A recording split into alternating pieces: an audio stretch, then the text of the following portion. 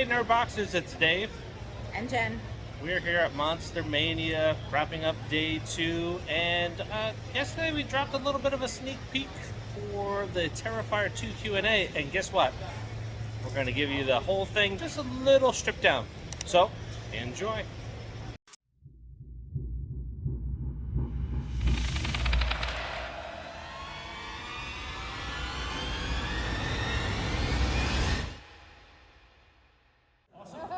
All right, hi guys, my name's Chris. You're all here for the Terrifier panel. If you guys have questions, we have a microphone in the center. Please come on up. I can't promise Art will not throw mashed potatoes at you if you do. Let me start introducing people. We do have a couple bonus guests for this panel. Give it up, starting first. Excuse me. Executive producer, Phil Falcone.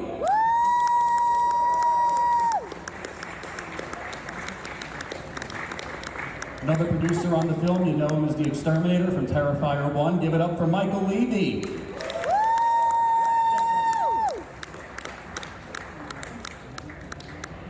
it up for a young man who was almost eaten by Art in the second movie, Elliot Fulham.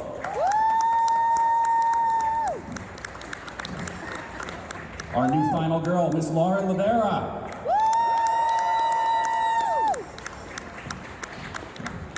Man who created Terrifier, Damien Leone. And Art the Clown himself, Mr. David Howard Thornton.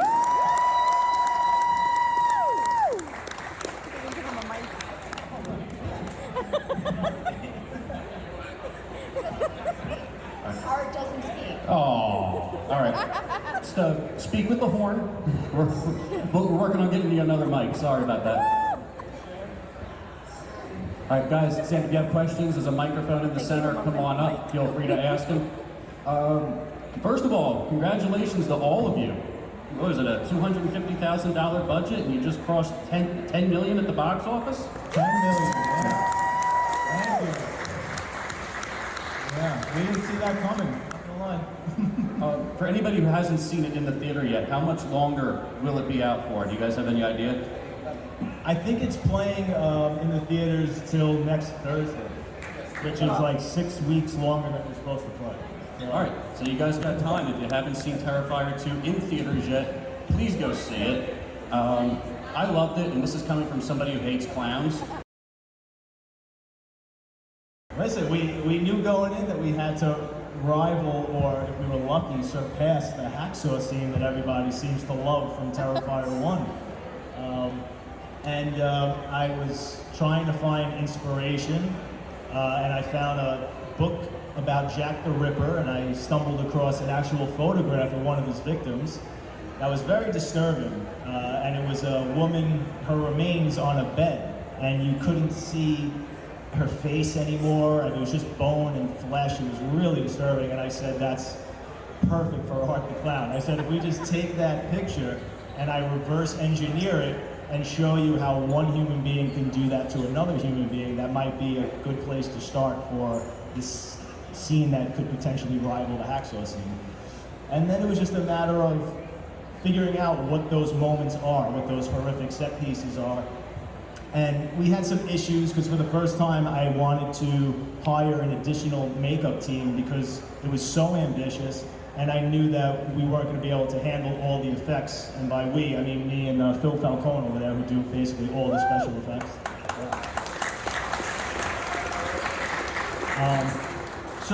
So we went into shoot the scene. We weren't prepared because this other team that we hired bailed out.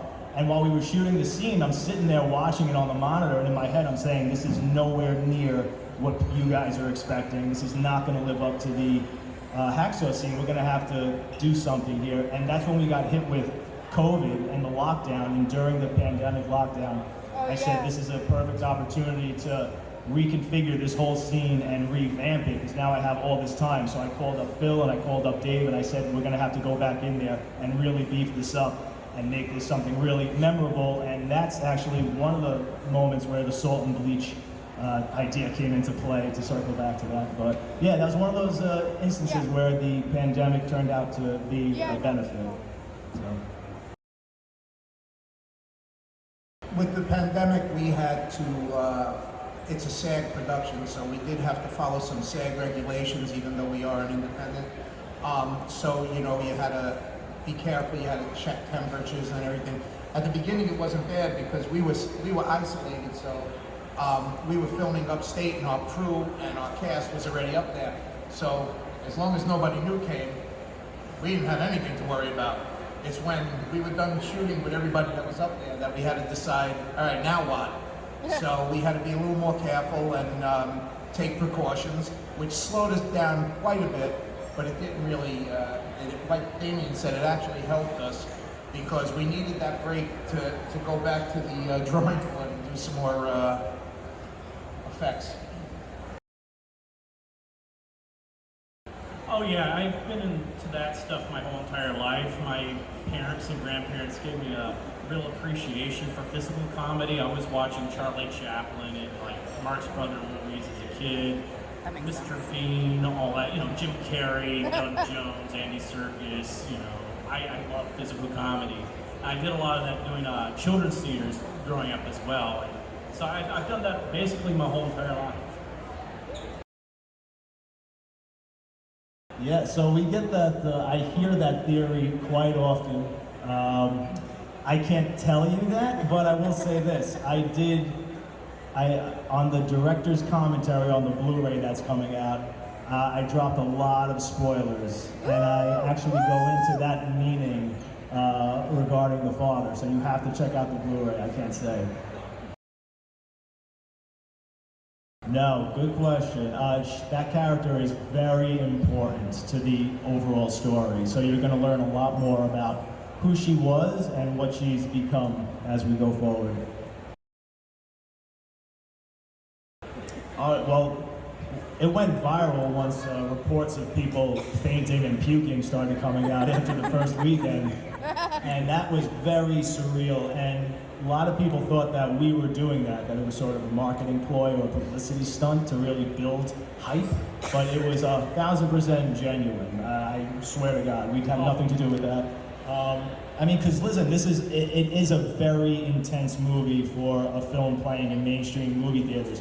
And most of the people just go into Terrifier 2 not having seen Terrifier 1. If you've seen Terrifier 1, you kind of know what you're getting into. But if you're just sort of your average horror moviegoer and you just walk in blind, you know, you're going to see a 3-minute-long murder sequence in the middle of the movie, and you're going to see everything in a brightly lit room, which, you know, in a scene that's an unrated movie that you don't typically get to see. So, you know, it's a lot to take in for some people. Oh, I love it. I watch them all the time. We all do. We send each other videos all the time. We get a kick out of it. Well, it all helps, right? Everything helps because it's out there and it's marketing for, like, if you're sharing a story and you're sharing it, you're seeing, you're talking about it, that's just all organic, and that's what it's all about. It's just, we have no money for marketing at all. Zero. So everything about Terrifier 2 and everything that is all from you guys, it's all from the fans. So give yourselves a round of applause because you guys are helping us continue to make films like this and get Damien Leone's vision out there. Yeah, it's a good question. It evolves as I go. It was a lot clearer once I made Terrifier, who I believed Art was and where I was going to take him. So now I know exactly who, what he is, where I plan on taking him.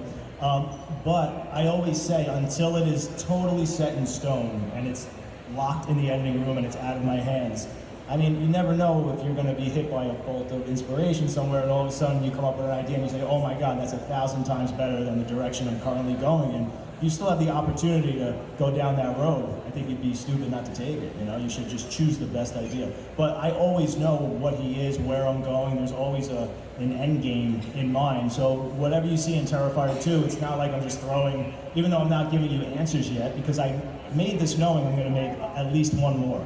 So it's not like I'm just throwing shit at the wall and saying, all right, I'm going to figure that out later. I know exactly what the story is and where it's going. And also, just thank you for letting us, the audience, definitively know that apparently Art goes commando underneath his clowns. I'm sorry. I'm so sorry. Thank you. I'm not paying for therapy for anybody. Oh, I wish. That'd make me a happy boy. Well, everyone's been wanting him to get into Dead by Daylight, right? So that would be amazing. Fortnite. And Phil and I have been reached out, some company reached out to us about making a Terrifier game, so that might actually happen. So that would be really cool. Yeah. I will also say that I want him to be part of some kind of Mortal Kombat DLC one day, because you know they put all these other horror icons in there. Yes. Let's put art in there. I mean, look at all the fatalities he can bring to it. Pull stuff out of his bag, just having fun. Oh my god! That'd be so much fun. Kind of like the Joker kind of character they had in, like, you know, Injustice and stuff like that. So do some fun stuff with him, I think. Woo!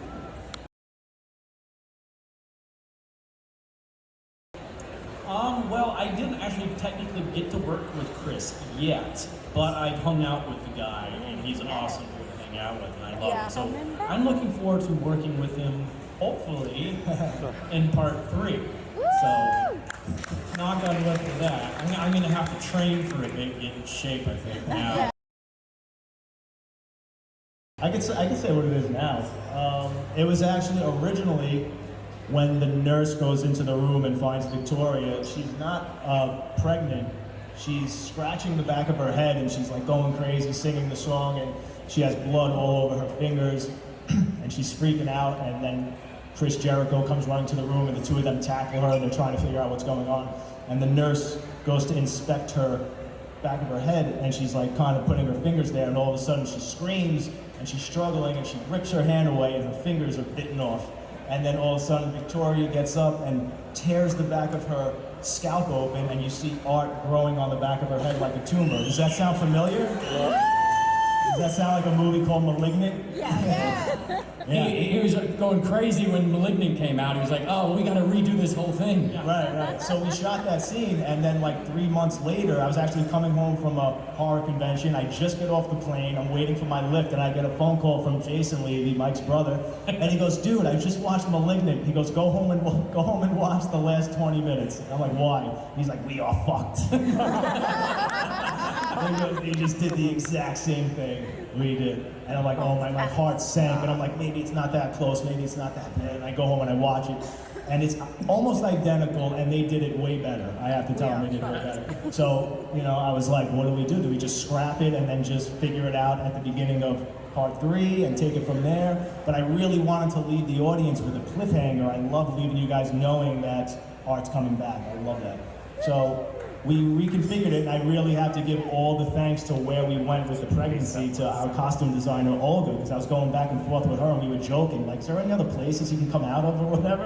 And she came up with that, almost like jokingly. We're just trying to gross each other out, and I was like, no. I was like, that's fucking perfect. She's gonna give birth to him, but not just him, just his head. Only his head. And it was a blessing in disguise, because it's way better, and it changed the entire trajectory now of where part 3 goes, like I was saying before. You never know when inspiration is going to come, or something is going to come out of the movie gods are going to kind of just drop some goodness on you. I guess thank you, James Wan. But it just goes to show where your head is at, pun intended. Because, I mean, look, Malignant comes out, huge movie, and they're on the same, you know, kind of wavelengths of what you were coming up with and what we were doing. And then, like you said, it came out first, and then it gave us an opportunity to do something way different and way cooler. And now for part 3 to kind of take us on that new journey. Yeah, it's a blessing and a producer's nightmare. He called me up and said, you got to check this out. And I didn't want to. So when I looked at it, I said, get the fuck out of here. And he goes, we're going to reshoot it. I said, no, we're not.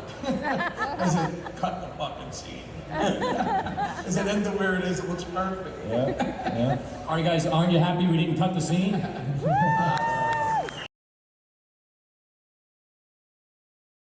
That's up to Damien, but like I'm a musical theater guy too, so I that's something I would love to do.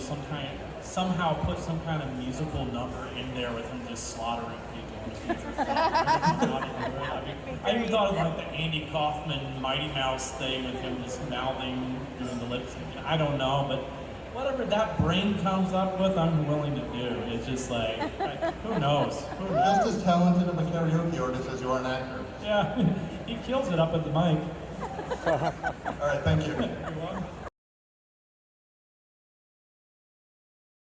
When What got you psyched about horror movies? Poltergeist. It was the very first horror film I saw, and it sparked my fear of clowns. And that's pretty ironic considering the contents in this movie. But yeah, I love all horror. I love the Evil Dead franchise. Evil Dead 2013 is my absolute favorite.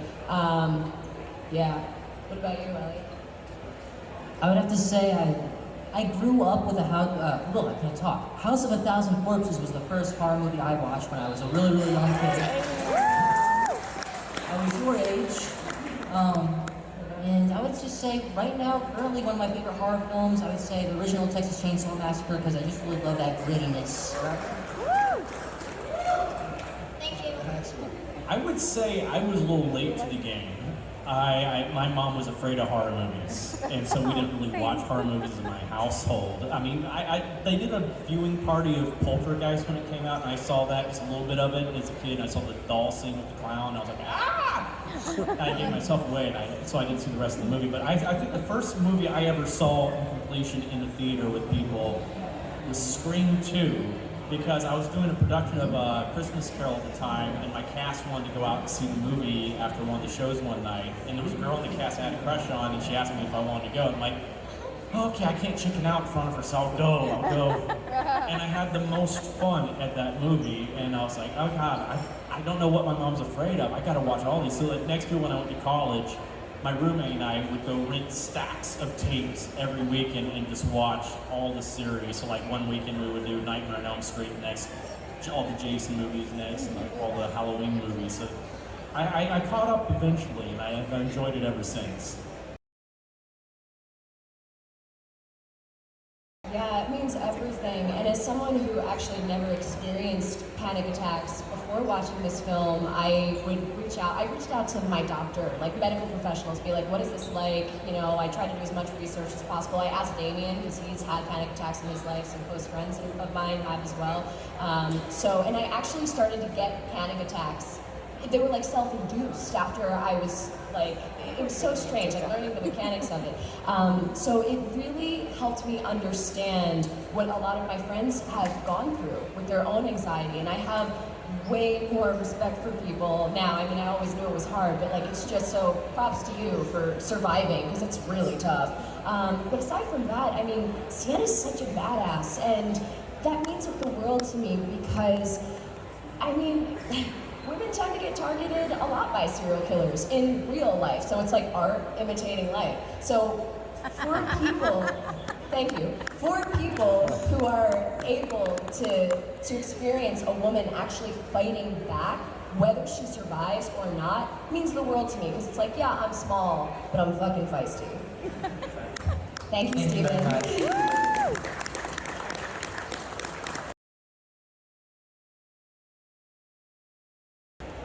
I really love filming a lot of the ends at the Fright Factory, the Terrifier haunts, because I just loved working with both David and Lauren. Their acting abilities are just so wonderful, and yeah, I felt like they improved me. So just to work in a space with these two severely talented, wonderful actors and actresses, I have to say that was just the best part of it for me. You're trying to get into my will, aren't you?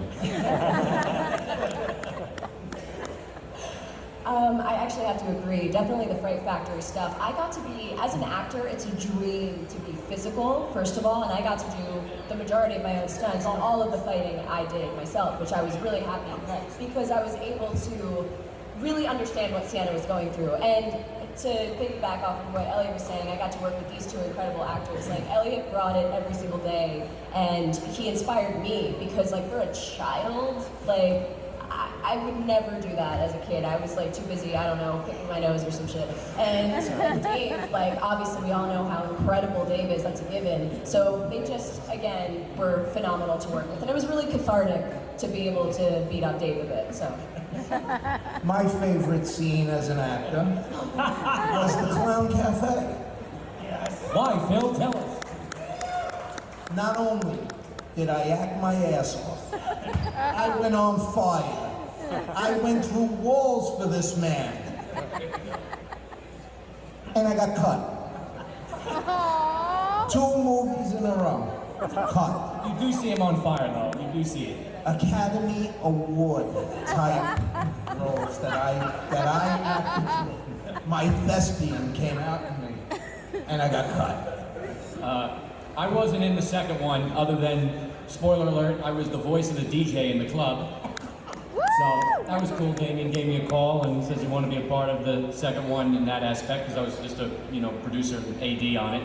But the first one, I was Will the Exterminator, and I got decapitated. And I remember, quick story was Damien had, the way he pitched it, because originally I was cast as one of the cops at the end of the film, and he calls me up and he says, "Hey dude, you want to do something way cooler?" I was like, "Yeah, what's that?" He goes, "Well, you're not going to make it to part 2, but you're going to have a really cool, fun death scene." So I'm really happy I was able to be a part of that, and something that was interesting, and maybe this kind of takes away a little bit of the glory. The room was freezing cold. I know nothing compared to what Lauren went through. I'm just going to say that in that costume, but the room was very cold. Everybody got to eat, but I was covered in a pool of blood and couldn't leave to go eat. And then I wear contacts so the blood all leaked into my eyes, and I had red rings around. So it's not all glamorous, as I'm sure Lauren and Elliot can kind of speak to, and Dave as well. But honestly, it's so much fun, especially the way Damien kind of handles everything and talks you through it. It's just a blast. And we're with family, and just have a great time. So that's one for Damien and one against Damien. I would say I had a lot of fun scenes. Of course, acting with these two was fantastic. It's just, God, that was a long period that we were doing that stuff in Fright Factory too. So we got to know each other very well during that. But the other scenes I really enjoyed doing, of course, the costume shop scene. I just had fun playing around with all these props. There's so much stuff that you don't see yet that we just had to cut for time reasons. I just basically played with all those sunglasses that were on that rack. But I think probably my favorite scene was the Clown Cafe scene, because that's when we got to bring a lot of the Indiegogo backers into it. They got to be part of it, and it brought a new energy to our set that week. Because we had just finished doing all the stuff in Fright Factory. We were like, oh gosh, it's tough. And we knew this Clown Cafe scene was going to be a very, very demanding scene. There's so many moving parts to it.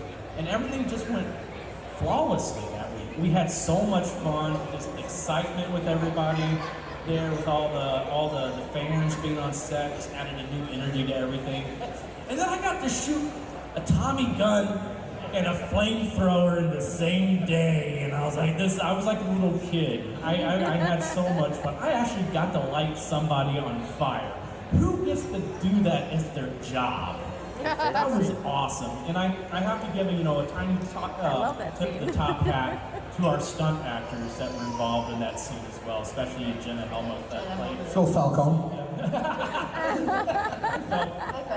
But Jenna did all the stuff being lit on fire, and she also did this wonderful high fall that worked for Sienna later on in the film. And I don't think that stunt actors get a lot of the recognition they deserve. They go out of their way to make us look good. Yeah. Phil, to piggyback off of your Academy Award-winning stunt comment earlier, how did you guys meet eligibility to submit Terrifier 2 for Oscar contention? The truth of the matter is, they saw the footage that Damien cut out of me acting, and they said, we cannot let this go. It has to be seen by the entire Academy. And that's how it happened. Phil is in rare form today, ladies and gentlemen. This is a treat. It's gonna be the No, seriously, that's the truth. I believe they just submitted it. I think if you do something significant in the box office and you hit some sort of tier, I think you become eligible, or whatever the case. But that's insane. We did it, pretty much. We did it as a goof, just to have these prestigious people have to sit through Terrifier 2 is just hysterical. That's awesome. But who knows? I think we deserve some Oscars on this. I think we definitely do. What is she doing those mashed potatoes? I just want to see Art walk up on stage and honk his horn at Chris Rock. I love that meme of Will Smith walking up and goes, nope.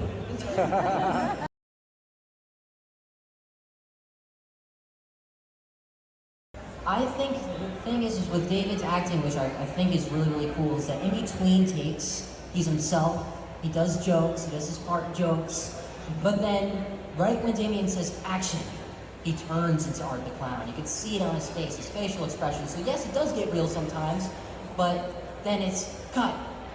Oh, how are you doing, blah, blah, and then he just goes into a little conversation. So, I'll say half and half, 50-50. I didn't get that. He just relentless, just chasing. It's terrifying. No pun intended. But I was just curious if it became real for you ever. Yes, it was definitely a real experience when we were filming, without a doubt. Yeah, it was a lot. My first day on set, this fucking guy, he, in the costume, he like, and I was getting ready, like, in the trailer, like, I was getting my hair and makeup done, and he was just, like, making faces and, like, you know, doing the thing that he just does to be an asshole, and it was hilarious, but also, like, I was like, dude, you know, like, he knows I'm terrified of clowns, like, he knows it, and he takes full advantage of it, and of course, the prosthetic that Damien has made is also like horrifying, but when Dave like just contorts his body and embodies the character and he does that thing, and I'm just like, all right, I'm done. So yeah, it was very easy to be or act scared when I was with Dave. I was risking my life around her. She could totally kick my ass. And I will. She'd be talking to people, you know, in between takes, and I'd just sneak up behind her and just stand there and just stare at her. And then she'd turn around and I'm like right in her face, and I'm so surprised I never got a broken nose or anything like that from her, because she was just yeah.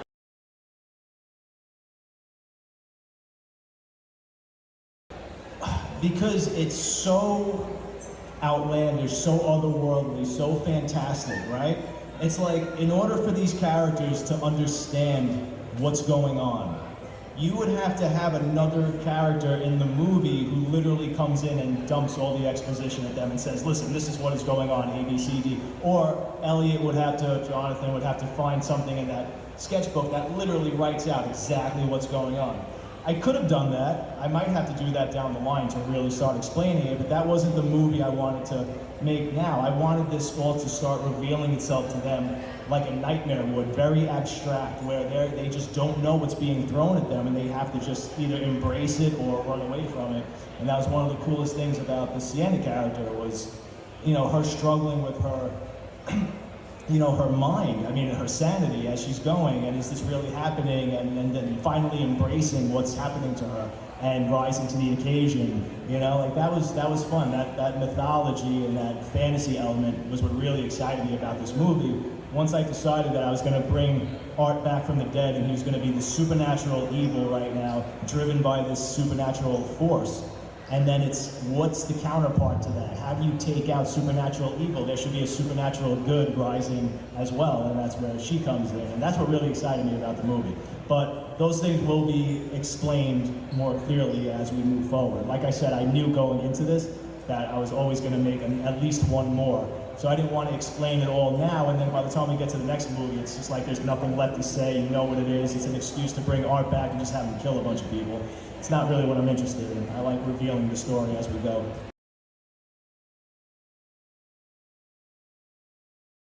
I'm very obsessed, obviously, with striking imagery, striking visuals. Like, you know, Art the Clown had to look really cool, and she had to look really cool. I wanted to put my final girl on the same pedestal that they typically just give to, you know, put the villains on. You know, she should be as badass, she should be as cool looking. And now that I was going into this mythological, mystical, sort of blatant good versus evil, heaven versus hell world, you know, I wanted her to be this Valkyrie, this avenging angel, and look just so badass. And it was really more, I would say, like Frank Frazetta paintings and Red Sonja and Conan the Barbarian. I grew up loving those movies, sword and sorcery movies as a kid. So I love crossing genres. So this was my opportunity to do one of those movies mixed with a slasher film, which is very rare.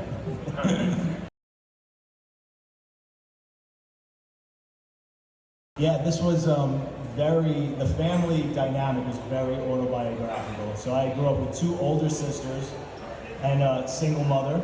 And those two older sisters, a lot of their personality was injected into Sienna.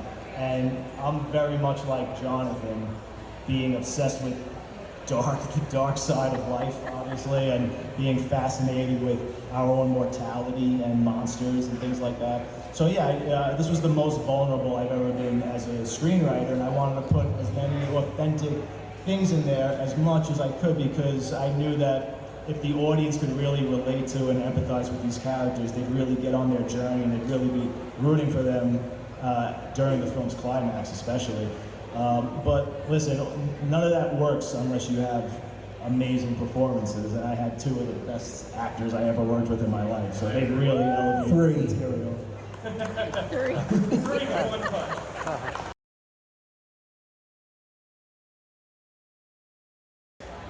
Killer shirt, by the way. Yeah, it's crazy. It's stupid crazy. Like, people put me in the same sentences as Laurie Strode. A couple people have said Ridley. I want to vomit from excitement every time, because these are women that I've looked up to my entire life. Like, Laurie Strode is mother final girl, and she can, I mean, Jamie Lee Curtis I just love. But yeah, what was your question? I don't know. It's wild, and I'm so grateful to have been a part of this, and I'm so happy that Damien wrote such a kick-ass final girl, because it means a lot to horror fans, but also I think women in general. But thank you for asking. Thank you. Yeah.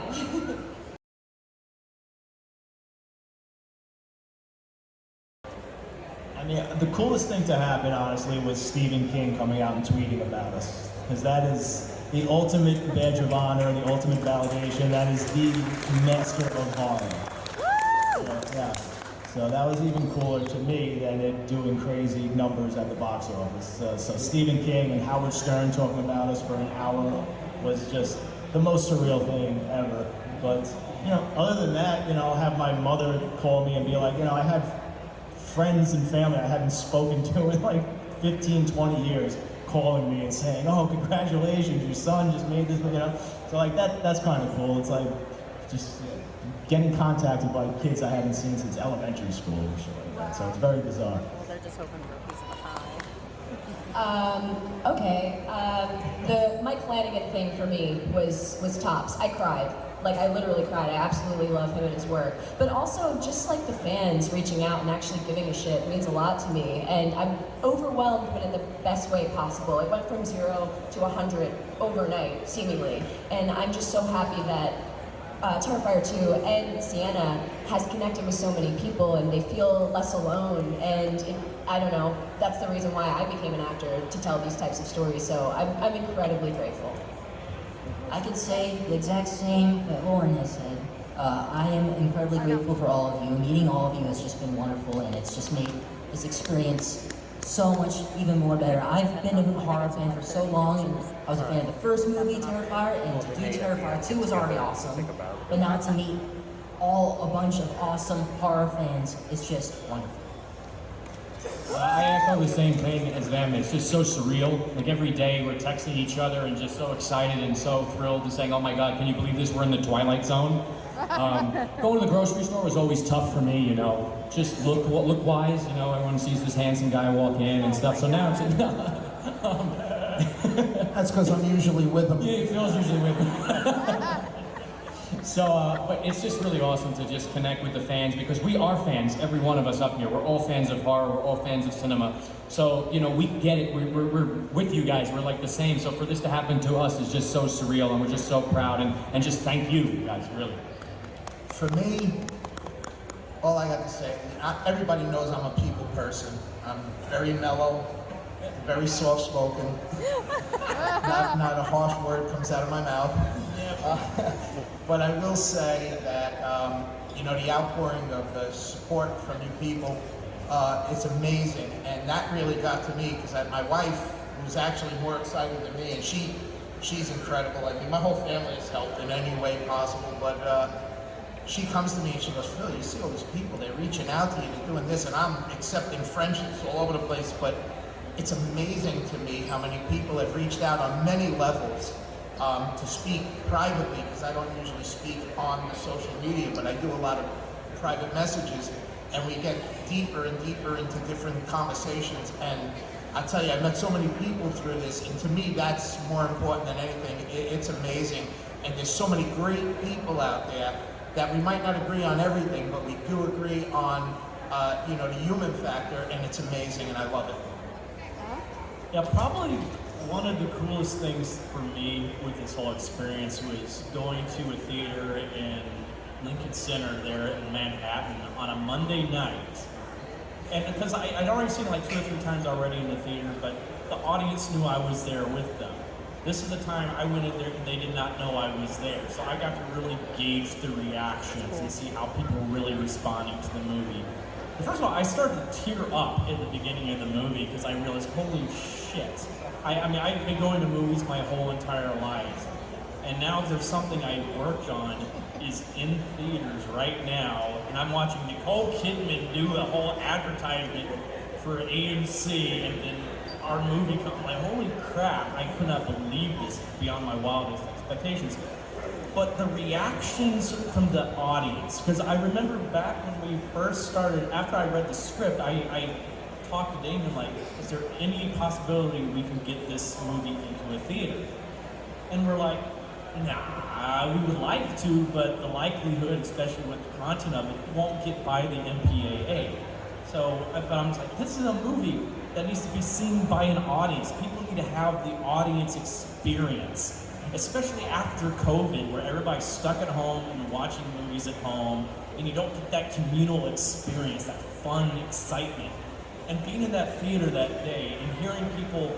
There's this one guy on the row behind me. Oh my God, this guy made my year, I think, because the way he was just reacting to the movie, screaming and cussing at times. It was great, but everybody in there, and like, what really did it to me was when she cuts off my head at the end of the movie, and that whole entire theater just erupted in cheers. I was like, fuck yes, this is what we wanted. This is what we wanted, because I knew that they hated me that much by that time, and they loved her that much, and they had that genuine reaction, that response to what was going on the screen, and that just, there was applause at the end of the movie. I could not believe it. It was just, and it wasn't because they knew I was there. There was this genuine reaction, and that's what made me so fucking proud of what we accomplished, because we brought back that excitement to the theaters, and people had that communal experience again that's been missing, I think, from movies for a while.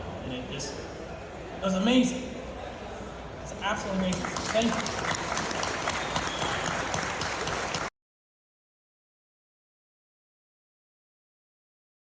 Listen, with Terrifier 1 and with Art the Clown, it was just I wanted to create a character that my 8-year-old horror-loving self would have absolutely adored, and would have had posters of him and would have had model kits of him. And I feel like I'm still that 8-year-old kid, to a large degree, and I'm missing that. I don't see that movie anymore, and I don't know if that's just me getting older or jaded, but I feel like I could recapture that somehow. That was the mindset that I had. I felt like it's still possible, it's still out there. And that's what I was hoping we could do with Art the Clown and with Terrifier. I was hoping it would be a genuine throwback to those old school movies that we loved, and not just a gimmicky one, something that actually felt genuine. And then when it came time to make a sequel, it was about making our Dawn of the Dead, our Evil Dead 2. It had to be that epic sequel, that one that brings it to another level, and we can introduce an amazing protagonist, or 2 amazing protagonists. So, the reaction that this movie's had, we couldn't ask for anything more, honestly. So, I'm so happy. Well, thank you so much, man. For everybody. Thank you, man. That means a lot. Thank you all so much, seriously. We can never do this without you guys. You guys have been our champions since day one, so we love you. Thank you. It's a good note to end on. Everybody give it up for our Terrifier panel. Producers, Phil Falcone, Michael Levy, Mr. Elliot Fulham, Lauren Rivera, Damian Leone, and Art the Clown, David Howard Thornton.